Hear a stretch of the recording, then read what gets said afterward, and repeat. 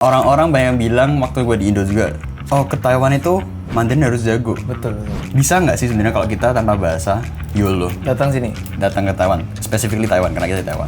Halo guys, sebelum kita mulai gue pinjem dulu beberapa detik buat jelasin ke kalian yang lagi nonton atau dengerin ini background dari podcast kita kali ini. Halo, gue Roger, gue salah satu murid dari Indonesia yang sekarang lagi kuliah di Taiwan. Gue bikin podcast ala-ala ini dengan tujuan buat kasih kalian yang masih di Indonesia dan mungkin ada kepikiran buat keluar negeri, kuliah, khususnya Taiwan, gambaran gimana sih sebenarnya kehidupan di Taiwan dari perspektif sesama murid Indonesia kayak kita. So di episode hari ini, tamu pertama kita adalah salah satu teman dekat gue sejak dari datang ke sini. Nama saya Valentino ya. Umur tahun ini tipis-tipis lah, 21. Asal Medan, datang Taiwan. Kenapa gue putuskan buat ajak dia di episode kali ini? Karena selain kita tetanggaan, jadi gampang janjiannya, gue mau bahas salah satu topik yang sering banget ditanya sama teman-teman sebelum berangkat ke sini. Seberapa penting sih bisa Mandarin waktu di Taiwan? Karena kata temanku, Mandarin pas-pasan pun bisa kok survive di sini. Menurut aku kalau untuk ke Taiwan, tanpa modal apapun, bisa. Sangat oke sekali. Tapi Nah, kita bakal dengerin apa aja sih bedanya dan privilege apa aja sih yang bisa didapat kalau kita jago Mandarin langsung dari salah satu murid yang sejak awal datang ke sini dia udah ditunjuk jadi ketua kelas dan banyak bantu-bantu guru buat urus sesama anak Indo. orang Indo, kalau udah nggak ngerti, kerja lambat mau jadi apa? Orang Taiwan yang bilang. Ya, Taiwan yang bilang, manajer yang bilang. So without further ado, enjoy cerita rantau episode 1. Hari ini gue bakal lebih fokus ke tentang orang-orang banyak yang bilang waktu gue di Indo juga banyak yang bilang, oh ke Taiwan itu Mandarin harus jago. Betul. Mandarin harus jago. Nah kita di sini bakal lihat sebenarnya harus jago atau enggak. Yang pertama itu pertanyaan besarnya kita bakal revolve around harus jago atau enggak. Yang kedua apakah Mandarin jago itu benar-benar ngasih sesuatu yang istilahnya privilege-nya itu apa aja. Terus kenapa kita ngomongin kayak gitu, gue bawa teman gue si Valen karena dia ini dari awal hitungannya yang Cukup lah, ngenal basic lah. jago banget, pokoknya kayak Tau basic lah. gila kayak Udah. aku waktu mikir jadi ini orang Taiwan ya Tau gitu. basic. Kalau kau bilang aku orang Taiwan tuh goblok. Oke, jadi Tau kayak basic. gitulah pokoknya. Valen ini dari awal datang dia yang bantuin gue waktu itu pesen makan selain nasi goreng. Waktu awal Ya, enggak. kalian udah tahu kan guys berarti apa? Berarti sebenarnya Mandarinku nggak jago-jago amat, tapi mungkin kawan-kawanku yang terlalu Berisi. Ya iya, oke. Ya. Dulu awal emang dulu awal cuma bisa pesen sama Van gitu kan. Terus dia yang bantu dan dari awal itu udah mendapatkan apa? Dilirik sama guru. ya sedikit lah. Karena mencolok lah. Betul. Hitungannya mencolok karena di angkatan kita waktu itu Betul. kau banyak ngomong Mandarin, terus juga hitungannya dan tidak sekacau yang lain lah pokoknya. Ya, betul. Cukup oke, bisa buat Karena bantu udah tahu basic komunikasi. lah. Ya, terus bisa buat translate dan lain-lain. Jadi pertama, apakah ini sebenarnya mungkin pertanyaannya apply ke semua negara ya. Setiap kita mau study abroad, apakah Penting kita tahu harus bisa? bahasanya. Ya, bahasanya harus Bisa jago bahasanya kah atau baru enggak? bisa itu. Nanti kalau enggak bisa kerja dan lain-lain. Menurut lu sendiri, bisa nggak sih sebenarnya kalau kita tanpa bahasa YOLO Datang sini. datang ke Taiwan, specifically Taiwan karena kita di Taiwan. Bisa, sebenarnya bisa banget. Bisa banget. Karena dari yang aku lihat, kita kalau datang sini pun mereka bisa bantu semua, walaupun kita tidak mengerti bahasa apapun, jadi tidak usah takut sih. Jadi kayak datang sini, paling mereka bantu ngurus, karena banyak senior juga.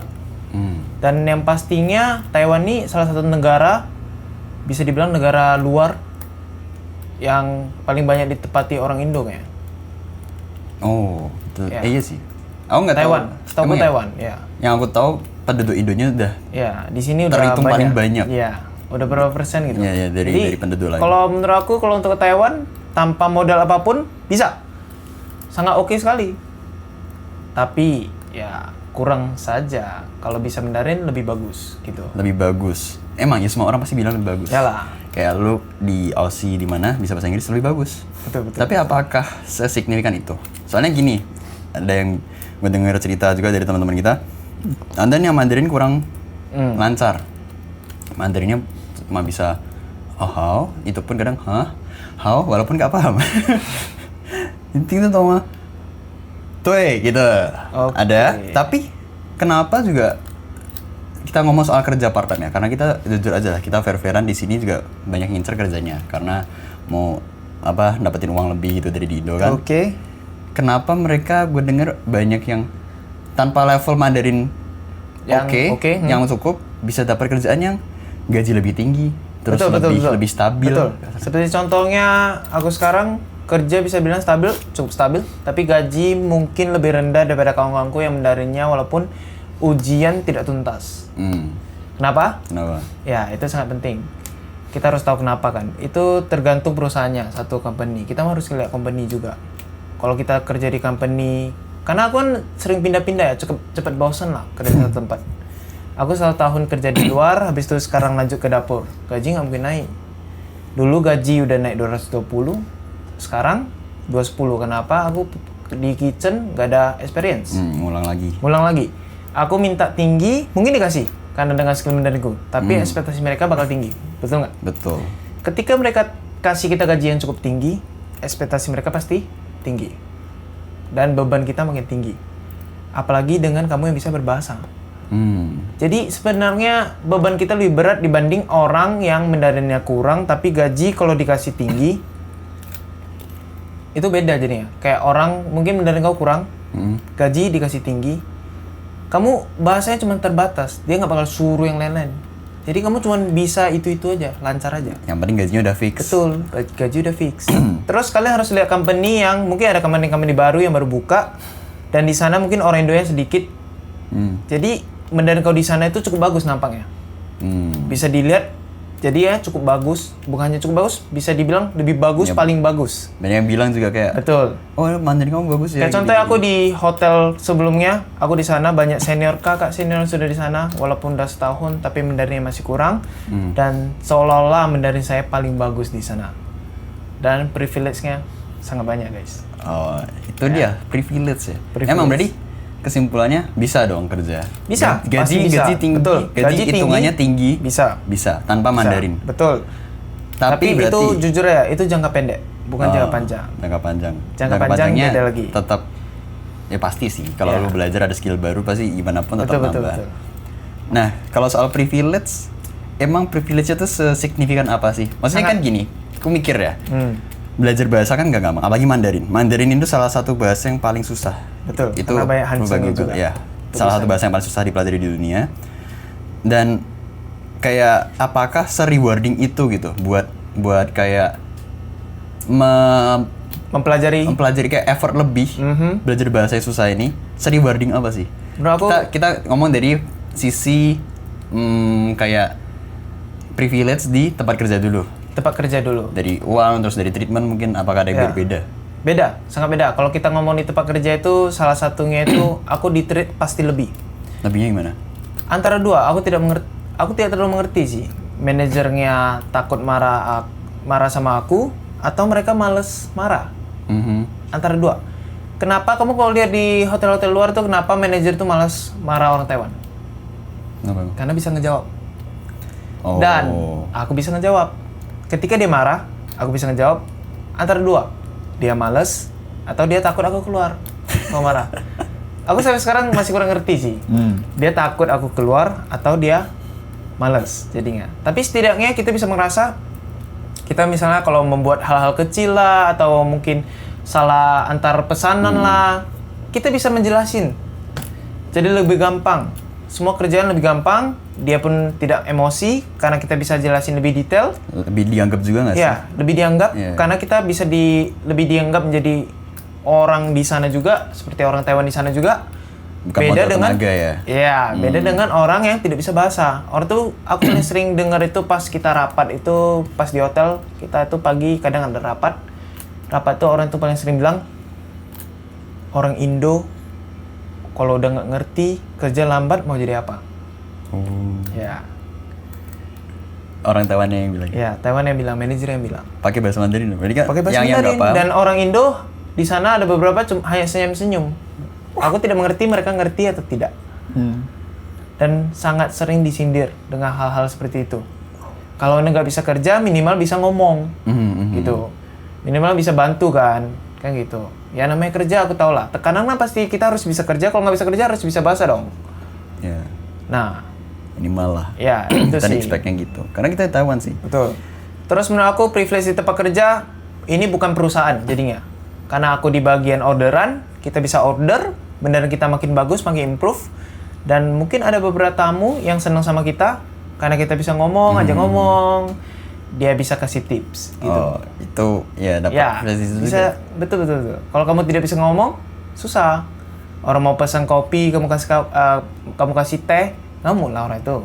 Betul. Betul nggak? Bukannya manajernya yang marah, Iya customer marah. Terus nanti kena manajer juga yang marah. Ya, makanya kena semua. Nggak paham ngomong. Biasanya gitu sih dulu. Pernah juga. Betul. Tapi aku ngerasa ya setidaknya bisa basic lah. Itu cukup membantu.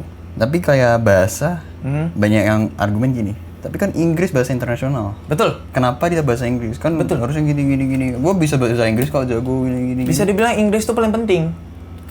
Tapi sebenarnya. apakah bisa bahasa Inggris Tapi dianggap sama dengan bisa bahasa Mandarin? sama sekali beda. Karena kita di negara mana kita mau lihat. Kalau kalian di Indonesia, tetap harus bisa bahasa Indonesia dong.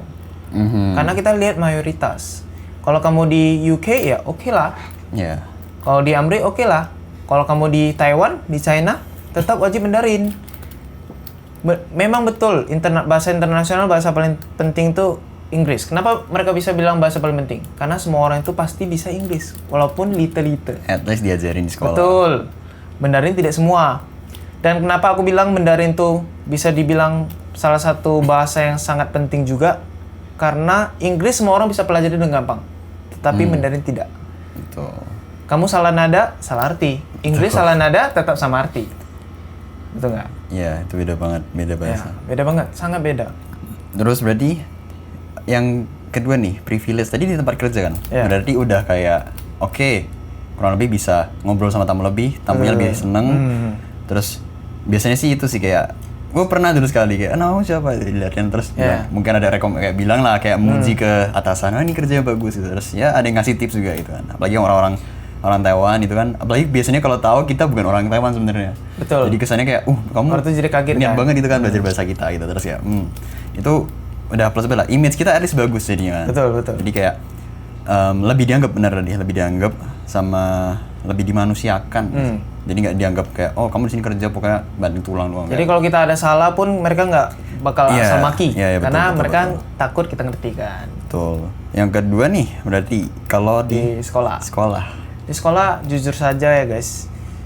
Apa aja sih maksudnya yang menurut kamu ini tuh nggak bisa dia dapetin kalau Betul. Mandarinku Mandarin kurang. nggak at least di level sekarang. Ya karena mungkin aku juga waktu dulu awal datang sini aku duluan datang lah.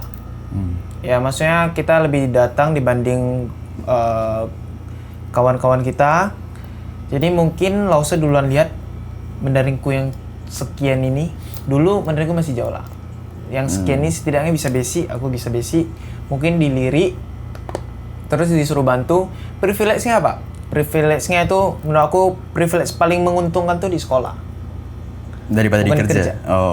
Yang aku kejar sekarang ini bukan dikejar.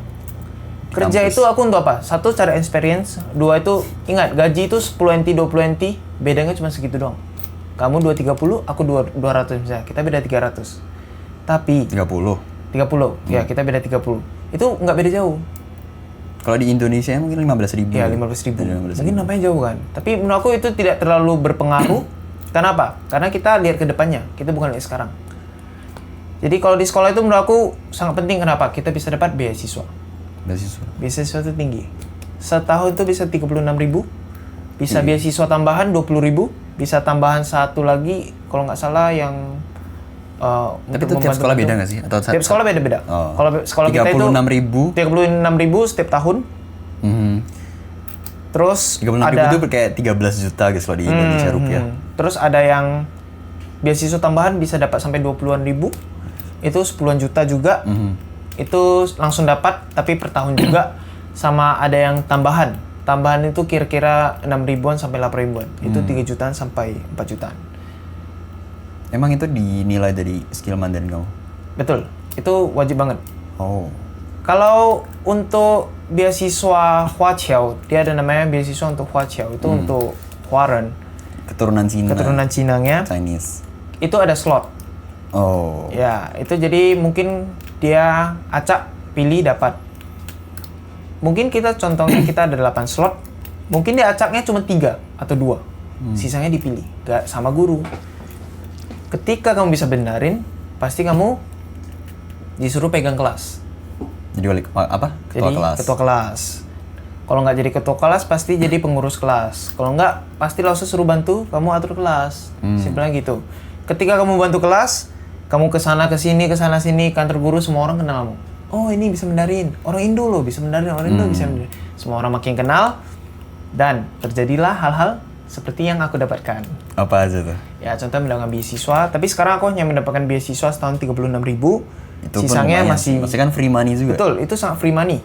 Kita tidak, contohnya kita kerja apa? Ya mungkin ada, aku bantu translate saja. Tapi kalau dihitung-hitung kita waktu sekolah, lah usah terangin, kita translate, kita tambah ilmu juga dong. Betul.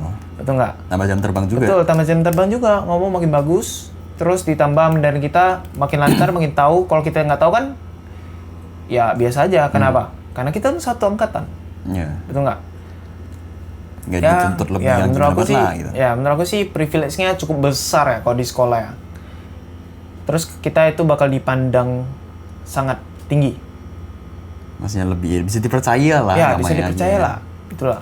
Dulu aku waktu interview ke suatu hotel namanya Grand Hotel.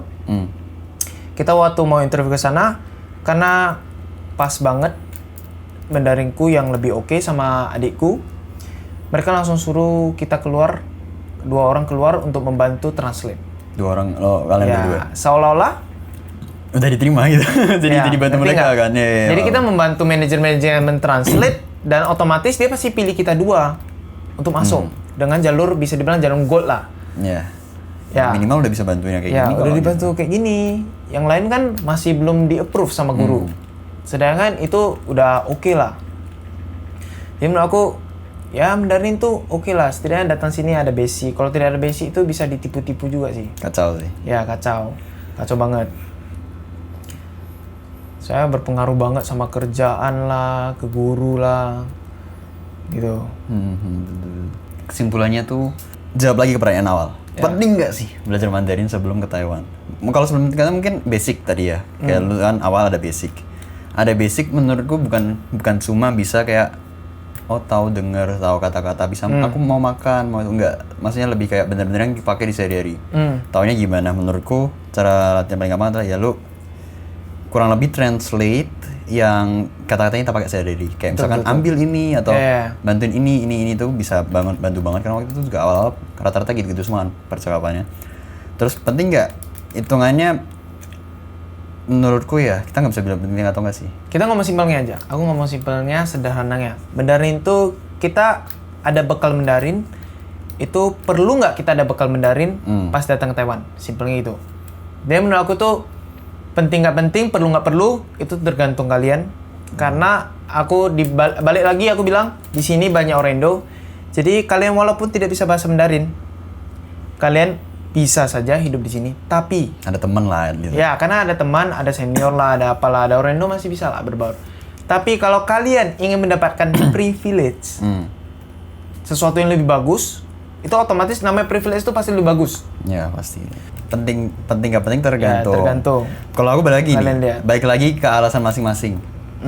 Kalau menurutku aku pribadi alasannya aku sini adalah selain kerja. Kan ada tuh orang yang cuma pengen ya udah cari uang doang di luar Indo biar lebih kan. Menurut aku sih kalau cari hanya misalnya kayak simple-simple Kalau uang cari tok Indo ya? aja. Uang tok kalian nggak ada bisa Mandarin, menurut aku sih Tetap bisa aja kok. bisa aja. Kerja di pabrik gitu kan. Betul. Tapi kan Tapi maksudnya kalau aku mikir pribadi gini sih. bisa basic yang lebih bagus. Basic lebih bagus. Apalagi di luar itu lah, kita masih muda kan. Betul. Kita udah sampai Taiwan, at least Bisa bahasa lah. Jadi Iya. pulang ke Indo pun ada skill lebih. Ya, ada yang kita bawa lah. Masa kita udah datang Taiwan, pulang cuma bawa uang. Ya, terus kan kayak Bahasanya nggak bawa, kan lucu. apalagi kalau kita bisa bahasa, otomatis bisa dapat kenalan. Ya, Kenalan bisa itu dapat kan kenalan. bisa, maksudnya udah network is network lah. Kan Ya, gitu. pastilah. Jadi, apalagi misalkan siapa tahu nih, ya kan, kenal sama manajer. Kita mau best case scenario Ya. lah, kenal sama manajernya, terus manajernya mau ke Indo dan lain-lain bisa ketemu, Ya, bisa ya.